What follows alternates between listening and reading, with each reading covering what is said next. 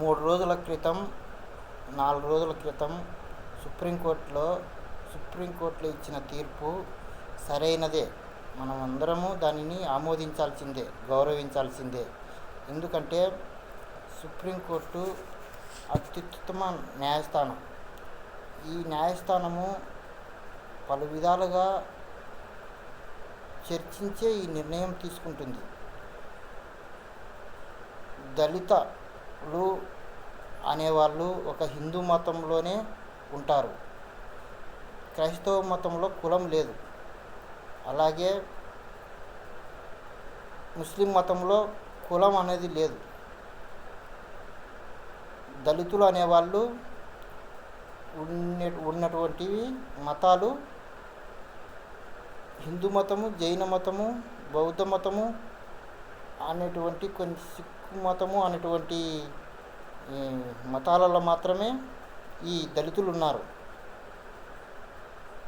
కనుక ఎవరైతే సుప్రీంకోర్టుకి వెళ్ళి నేను ఫలానా చర్చి పాస్టర్ను అని అనగానే ఆ సుప్రీంకోర్టు ఒక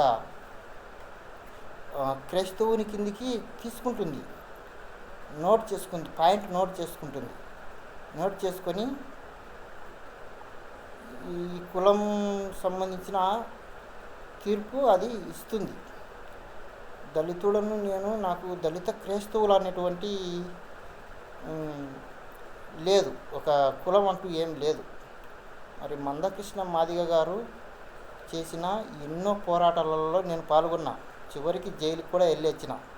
ఎన్నోసార్లు వెహికల్స్ పెట్టి ఎంఆర్పిఎస్ తరఫున ఎంతగానో పోరాడిన.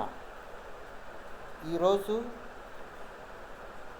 ఆయన యొక్క దళిత క్రైస్తవుల కోసం సుప్రీంకోర్టు న్యాయస్థానాన్ని తప్పుపట్టడము అది సమంజసమైనది కాదని తెలియజేస్తున్నా. అలాగే ఈ ఎవరైనా సరే దళితులు ఆయా దేవులను కొలుచుకోండి ఏం చక్కగా. అలాగే ఫాస్టర్గా తీసుకోండి,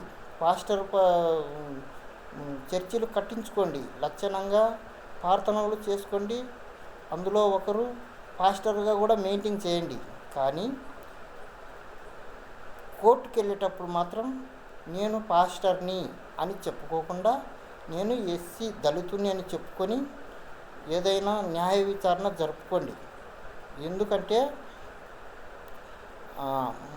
మతంలోకి కన్వర్ట్ అయినట్టు అవుతుంది చర్చి పాస్టర్ని అని చెప్పుకుంటే. ఎగ్జాంపుల్, ఒక హంతకుడు నేను ఈ హత్య చేసినాను అన్నప్పుడు అది ఒప్పుకుంటున్నాడు కదా అని కోర్టు ఆ పాయింట్ను టేకప్ చేసుకుంటుంది.